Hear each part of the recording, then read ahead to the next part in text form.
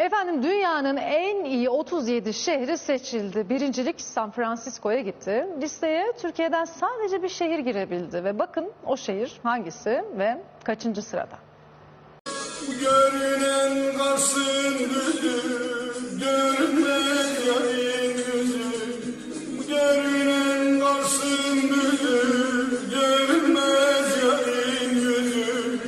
Hele gel gibin kızı, o yarından haber var mı? Hele gel gibin kızı, o yarından haber var mı? Kayabaşı sular çalar, yalnızlık bağrım deler. Kayabaşı sular çalar, yalnızlık bağrım çalar. Hele değil yüce dağlar, o yarimden haber var mı? Hele değil yüce dağlar, o yarimden haber var mı? Doldurur küzesi serin bulaktan, ala rahmetlini görsem uzaktan.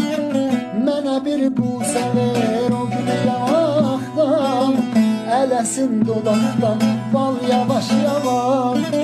Mənə bir busə ver o gülü yanaqdan, eləsin dodaqdan bal yavaş yavaş.